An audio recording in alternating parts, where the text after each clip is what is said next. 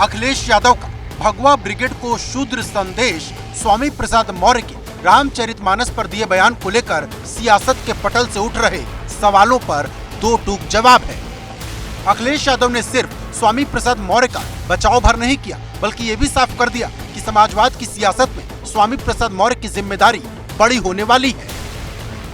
उनको ये तकलीफ है कि हम उनके धार्मिक स्थान पे क्यों जा रहे हैं, गुरु संत लोगों से आशीर्वाद लेने के लिए। याद रखे बीजेपी के लोग, समय बदलता है, समय बदलेगा तो उन्हें भी पता लग जाएगा कि इसी तरह की व्यवस्था उनके लिए होती है। स्वामी प्रसाद मौर्य जी को मैंने कहा है कि जाति जनगणना के आंदोलन में आगे बढ़ें।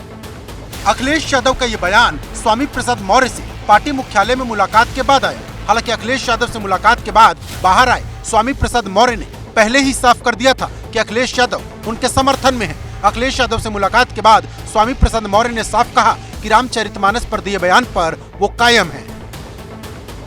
देश के दलितों, पिछड़ों, आदिवासियों का अपमान है और जो बात रखी गई जाना चाहिए कि नहीं, स्वाभाविक रूप से हटाया जाना चाहिए। क्या बोला इस पे? अखिलेश जी से क्या बात है?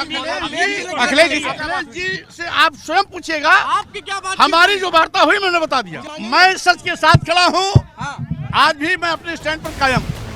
मतलब ये कि रामचरितमानस को लेकर अब तक बटी नजर आ रही समाजवादी पार्टी अब स्वामी प्रसाद मौर्य के साथ खड़ी है। उधर लखनऊ में पीताम्बरा देवी मंदिर में हो रहे यज्ञ में अखिलेश यादव के शिरकत करने पर हिंदू महासभा के कार्यकर्ताओं की ओर से काले झंडों के साथ विरोध प्रदर्शन और नारेबाजी पर सपा आक्रामक हो चली है। अखिलेश यादव ने इसे अपनी सुरक्षा से जोड़ दिया। बीजेपी बेरोजगारी, महंगाई का मुकाबला नहीं कर पा रही है, इसलिए इस तरह के काम कर रही है। बीजेपी की सरकार ने जानबूझ करके एनएसजी हटाई मेरी। मैं आज समझ सकता हूँ कि एनएसजी क्यों हटाई, सिक्योरिटी क्यों कम की, घर क्यों छीना, आज मैं समझ सकता हूँ। कुल मिलाकर स्वामी प्रसाद मौर्य के बयान पर जारी सियासी लड़ाई अब सुरक्षा तक जा पहुंची है, या फिर यूं कहें कि अखिलेश यादव शूद्र और सुरक्षा के बहाने रामचरितमानस पर छिड़े संग्राम की दिशा मोड़ना चाहते हैं, तो भाजपा रामचरितमानस विवाद को आस्था से जोड़ रही है। समाजवादी पार्टी का इतिहास इसी प्रकार का रहा, चाहे भगवान राम के चरित्र को लेकर हो, भगवान रामायण से जुड़े, रामचरितमानस से जुड़े विषयों पर हो, तो ये आपत्तिजनक है। अब उन्होंने साधु संतों को शैतान, आतंकवादी, अब धर्माचारों के बारे में इस तरह की टिप्पणी करना मैं समझता हूँ ये स्वीकार नहीं है और इसके लिए स्वामी प्रसाद जी को माफ़ी मांगनी चाहिए। रामचरितमानस पर विवाद कभी अखिलेश यादव और स्वामी प्रसाद मौर्य के साथ एक मंच पर नजर आने वाले ओम प्रकाश राजभर भी पीछे नहीं है। ओम प्रकाश राजभर का सवाल है, स्वामी प्रसाद मौर्य जब भाजपा के साथ थे तब ऐसा बयान क्यों नहीं दिया, और अब क्या भाजपा के सिंबल पर जीतने वाली अपनी सांसद बेटी का इस्तीफा दिलवाएंगे?